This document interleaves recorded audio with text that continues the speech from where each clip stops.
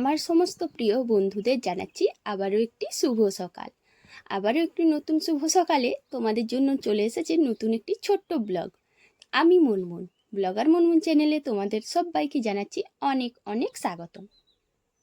যে বা যারা যেখান থেকে ভিডিওটা দেখছো নিশ্চয়ই তোমরা ভালো আছো, আগামী দিনেও ভালো থেকো, সুস্থ থেকো।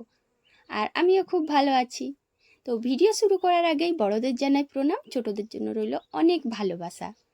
আর দেখো বন্ধুরা, ভোর থেকে উঠে কিছু কিছু নিয়ম পালনের মাধ্যমে আমরা কিন্তু সংসারে লক্ষ্মীশ্রী বজায় রাখতে পারি। আর দেখতে থাকো ভিডিওটা, আশা করছি তোমাদের ভালো লাগবে।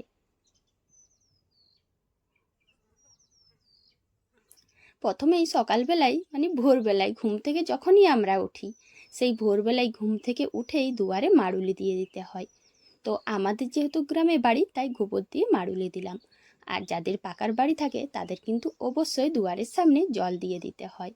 এগুলো তো কি বলে বলো তো, এগুলোকে খুব শুভ ধরা হয়, যে রাত্রিবেলায় অনেক কিছু অশুভ শক্তি এদিক ওদিক হতে থাকে। তো সেই জন্য বলে আমরা যখন নতুন সকালের সূচনা করি নতুনভাবে, তাই সব কিছুই যেন শুভ হয়। শুভর জন্যই আমরা জল দিয়ে ভালো করে জায়গাটাকে পরিষ্কার করে নিই। আর এটা না অনেক আগে থেকেই প্রচলিত রয়েছে, তাই সেই কাজটা আমি কিন্তু প্রথমেই করি। এমনিতেও ভোরে ওঠা এই অভ্যেসটা কিন্তু খুবই ভালো। আগে অনেক সময় আমিও কিন্তু ভোরে উঠতাম না, তবে এখন এই সংসার জীবনে দেখেছি যে ভোরে উঠলে শুধু ভোরে উঠেই বলে কাজকর্ম তাড়াতাড়ি গুছিয়ে নিতে পারি এমনটা না। ভোরে উঠলে কিন্তু অনেক উপকার হয়। একদিকে যেমন সংসারে আমরা লক্ষ্মীশ্রী বজায় রাখতে পারি, সমস্ত কাজকর্ম ভালো মন্দ পরিবারকে সুখী রাখতে পারি, অন্যদিকে তেমন আবার অনেক কিছু ভালো হয়।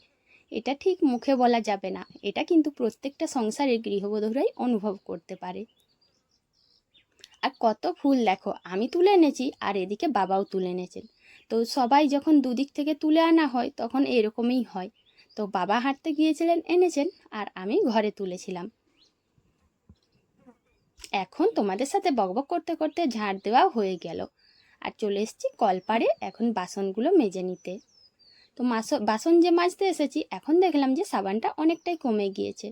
আর কালকে একটা সাবান এনে রেখেছিলাম, তো সেই সাবানটা খুলছিলাম, কিন্তু দেখলাম যে না, সাবানটা অনেকটাই শক্ত রয়েছে। তাই আগের দিনের যে সাবানটা রয়েছে ওটা দিয়েই হয়ে যাবে বলে ওই সাবানটা সাইডে রেখে বাসনগুলো মেজে নিচ্ছি।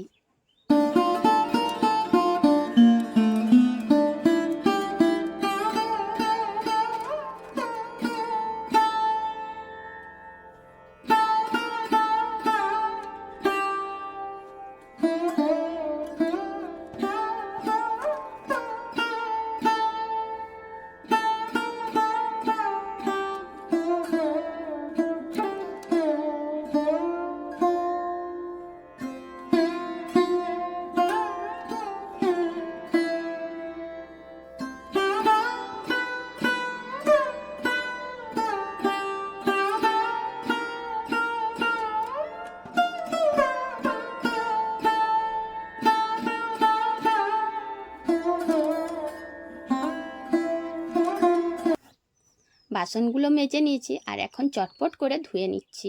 সত্যি বলতে কি, গরমকালের দিনে ভোরবেলায় ওঠা আবার অনেকটাই উপকারী। এমনিতেও সারা বছরই কিন্তু ভোরে ওঠা খুবই ভালো। এটা আমাদের স্বাস্থ্যের জন্য তো খুবই বেশি ভালো। তো সঙ্গে সঙ্গে আমাদের সমস্ত রকম কাজকর্মও তাড়াতাড়ি হয়ে যাবে, অন্যান্য দিকে আমরা নজরও দিতে পারবো, আর অন্য সব কিছু কাজও করতে পারবো, ভালো মন্দ দিকগুলো খেয়াল করতে পারবো। তো দেখো, এইদিকে আমার ছেলে কিন্তু পড়াশুনো করে একটা খাম বানাতে বসে গিয়েছে। তোমাদেরকে তো বলাই হয়নি, আমার ছেলে কিন্তু কাগজ কাটাকাটি বা ড্রয়িং এগুলো খুব ভালো পারে। তো পরের দিন তোমাদের সাথে আশা করি শেয়ার করতে পারবো। আবার তোমার ঠ্যাং দেখাচ্ছে। ওর সঙ্গে একটু বসে থাকতে হবে, ছোট বাচ্চা, তাকে যদি উৎসাহ না দেওয়া হয় তাহলে কিন্তু সে কখনোই এগোতে পারে না। আর হাজারো সমস্যা হলেও কিন্তু আমি এই উৎসাহটা ছেলেকে দিয়ে থাকি। আর সত্যি বলতে কি বলতো, ভোর থেকে উঠে কাজকর্ম করতে হবে, ছেলেকেও উৎসাহ দিতে হবে পড়াশুনোর, ড্রয়িং বা অন্যান্য যেগুলো সে নিজে ভালো পারে। তাই এটার জন্য সময় দরকার। জীবনে সব কিছু ভালো কিছু হওয়ার জন্য যে চেষ্টা করব, সেই চেষ্টার জন্য সময় দরকার। আর এই সময় কিন্তু আমাদেরকে করে নিতে হবে। যেহেতু আমরা সংসার জীবনে রয়েছি, তাই সমস্ত কাজের ফাঁকে ওই সময়গুলো দিতে হবে বলে ভোর থেকে ওঠা খুবই জরুরি। ছেলের যেহেতু স্কুল ছুটি পড়েছে, তাই স্কুলের জন্য ড্রেসগুলো আগে থেকে কেচে রাখলাম। কেচে করে ভালো করে রেখে দিলে যখন স্কুল খুলবে তখন পরে যেতে অনেকটাই সুবিধে হবে।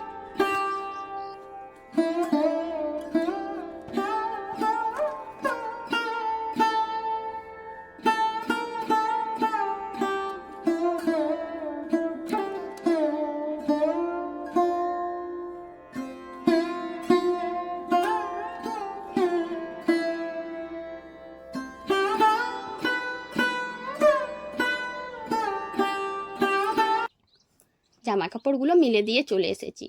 আর এক বালতি জামা কাপড় আছে মিলতে, কিন্তু এসে দেখলাম যে আমি জল ধরেছিলাম সেগুলো বলেছিলাম ভেতরে দিতে, তো ছেলে ভেতরে দিতে পারেনি, আর তোমাদের দাদাভাইকে বলেছিলাম ভুলে গিয়েছে, তাই আমি জলগুলো ভেতরে দিয়ে দিলাম। খাবার জল বাইরে রাখলে কীরকম একটা নিজেরই মনে হয় যে কোনো কিছু হয়তো কোনো কিছু লেগে যাবে বা পোকামাকড় পড়ে যাবে, এরকম মনে হয়। যদিও বোতল ছিল, তবু সব খাবার জলের বোতলগুলো আর যে একটা বালতিতে জল ছিল সবগুলোই মোটামুটি ঘরের মধ্যে রেখে দিলাম। আর কাপড় কাচার পর এই সাবানটা ছিল, তো সেটাও দেখলাম যে তুলে দিই। যদি কলপাড়ে রয়ে যায় তাহলে হয়তো কোনো সময় পা দিলে পিছলে নিজেই হয়তো পড়ে যাব আর হাত পা ভাঙবে। তাই একটু একটু করে না সব সময় সব কাজগুলো নজরে রেখে গুছিয়ে করা যায়, যদি একটু আমরা সময় পাই। ঘরের গৃহবধূরা যদি সব সময় গুছিয়ে বাগিয়ে কাজ করে, এতে করে কি হবে, ঘরের সব কিছুই ঠিকঠাক থাকবে, সব কিছুই মঙ্গলময় হবে। আর সব কিছু ঠিক থাকলে তবেই সেখানে লক্ষ্মী দেবী অধিষ্ঠান করবে। তো যাই হোক বন্ধুরা, দেখো তোমাদের সাথে অনেকক্ষণ ধরে গল্প করলাম, এখন আমি উনুন থেকে ছাইগুলো তুলে নিই।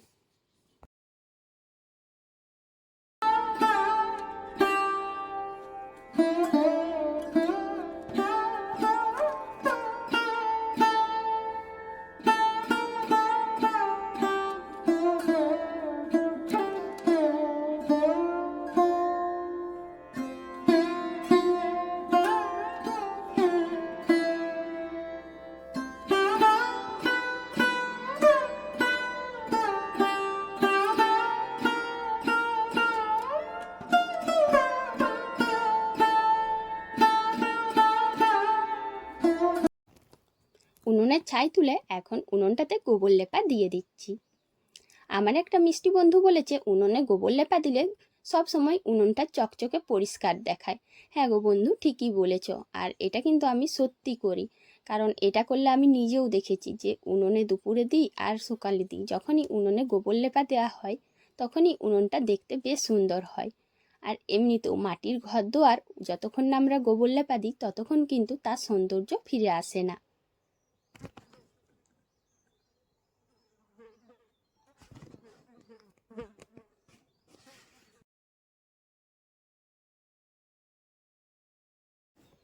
আমার একটা নতুন বন্ধু জিজ্ঞেস করেছো আমার বাড়ি কোথায়।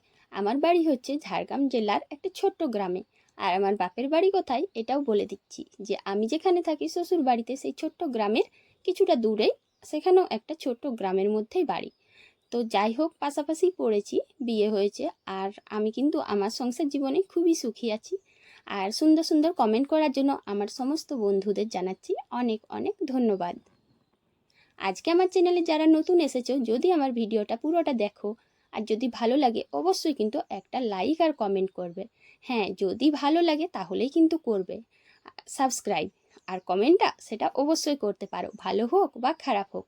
আর যদি খারাপ লাগে সেটাও বলবে, তাহলে আমি হয়তো আমার ভুলটা বুঝতে পারবো। আর তোমরা যদি না বলো তাহলে আমি ভুলগুলো কি করে বুঝবো। তো একটু আলু মাখা করেছিলাম, আর আজকে মুড়ি দিয়ে ওই আলু মাখাটাই খেলাম। ছেলের প্রতিদিনই খাবারের সঙ্গে কিছু না কিছু দরকার হয়। আগেকার দিনে কি হতো, শুধু সেরকমভাবে কিছু দরকার হতো না যখন আমরা ছোটোবেলায় ছিলাম। আর এখন প্রত্যেকটা বাচ্চারই খাবারের জন্য বিভিন্ন মেনু দরকার। তো আজ আমি করলাম আলু মাখা। আলু মাখাটা হলে এতে আর বেশি কোনো তেল টেল দেবার দরকার নেই। যদিও অন্যদিন আলু ভাজা বা অন্যান্য কিছু দিয়ে খাওয়া হয়। তো দেখো, খাওয়া দাওয়া করে স্নান করে চলে এলাম একেবারে রান্নাঘরে।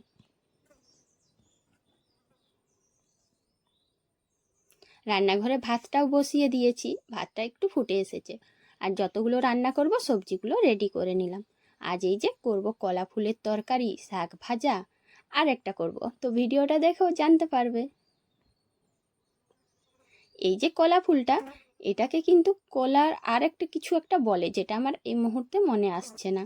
তো এটার স্বাদ কিন্তু মাংসর স্বাদের সমান, তাই একটু শেষে গরম মশলা দিয়ে নামিয়ে দিলাম। এটা আমাদের বাগানে আছে তাই করি, কিন্তু যারা শহরে থাকে বা যাদের সেরকম বাগানে নেই, এটা কিন্তু খুব সহজে পাওয়া যায় না। এই যে আরেকটা যে তরকারি করলাম সেটা হচ্ছে ডিম আর আলুর কষা। তো ডিম আর আলুটা আমি ছাড়িয়ে নিয়েছি, আর এই খোসাগুলোকে ভালো করে চটকে দিচ্ছি। তোমরা তো জানোই আমি রান্না করি বা ঘরের যাই কাজ করি, যে জিনিসটা আমার উপকারে লাগে সেটা আমি নষ্ট করি না।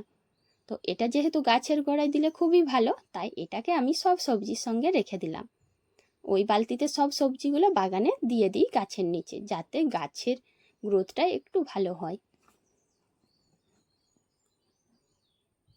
এখন একটু বেশ ভালোই সময় রয়েছে, তাই যে যে জামা কাপড়গুলো কাচা ধোয়া করেছিলাম ওটা একবার রান্না করতে করতে তুলে এনেছিলাম। তো এখন দেখছি একটু সময় রয়েছে, তাই ভাবলাম খাওয়া দাওয়াটা পরে করব। এই যে হাতের একটা কাজ রয়েছে, জামা কাপড়গুলো পড়ে আছে, তো পরে গোছাতে সময় পাবো বা না পাবো তাই গুছিয়ে নিচ্ছি।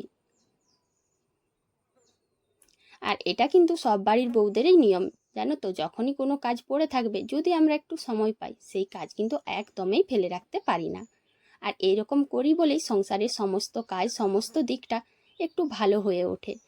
সমস্ত দিকটা, ভালো মন্দ, কথা বলো, কাজ বলো, প্রতিটা দিক আমরা কিন্তু নিজেদের মতন করে ভালো করে সাজিয়ে তুলি।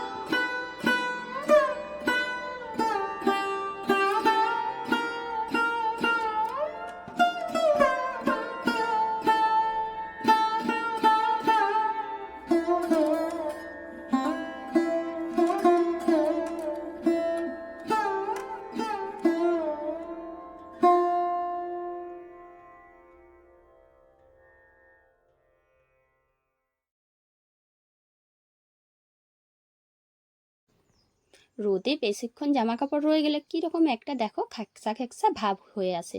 যদিও তাড়াতাড়ি তুলে নিয়েছি, তবু সূর্যের তেজটা এত বেশি। এই যে গেঞ্জিটা, এই গেঞ্জিটা অনেকটাই ডিপ কালার ছিল, তবু যেন আজকে মনে হচ্ছে একটু রঙটা উঠে গেছে। তো এখন যা রোদের তাপ, তাই মনে হচ্ছে একটু রঙগুলো কীরকম খেকসে যাচ্ছে। তো জামা কাপড়গুলো গুছাচ্ছিলাম, আর এইদিকে ছেলেকে বলেছিলাম একটু পড়তে। তো স্কুল ছুটি আছে, তো সারাদিন আর কি করবে, সেই জন্য এই টাইমটা অনেকটাই ফাঁকা পেয়ে গেছি বলে পড়তে বসে দিয়েছি। আমাদের মানে প্রত্যেকটি মায়েদের কিন্তু সংসারের কাজের সঙ্গে এই দিকটাও কিন্তু খেয়াল রাখতে হয়। বলতে পারি যে আমাদের জীবনে সবচেয়ে বড় দায়িত্ব কিন্তু এটাই, যে ছেলে মেয়েদেরকে সঠিকভাবে মানুষ করা, মানুষের মতন মানুষ করা, যেন তারা সামাজিক দিক থেকে অনেকটাই প্রকৃত মানুষ হয়ে উঠতে পারে। তো তাকে বললাম যে বইটা নিয়ে বসতে, আর ও এখন দেখো পড়ছে। তো পড়তে পড়তে তবুও মনটা কিন্তু এদিক ওদিক হচ্ছে, মানে ছটপট ছটপট করেই চলেছে।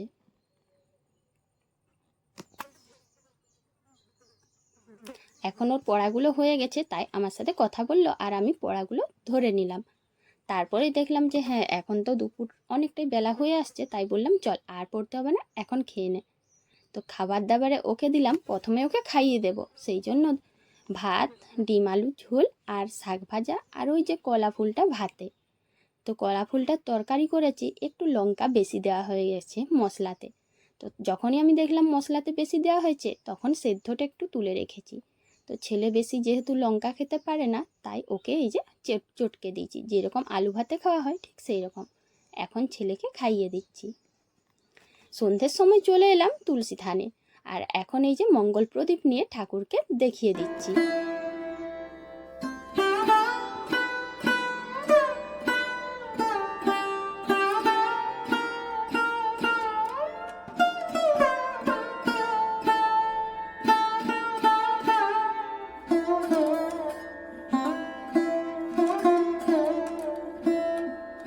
সংসারের জন্য মঙ্গল প্রদীপ দেখানো হয়ে গেল। আর আজকের ব্লগটা আমি এখানেই শেষ করছি। কাল আবার দেখা হবে। সবাই ভালো থাকবে, সুস্থ থাকবে। টাটা।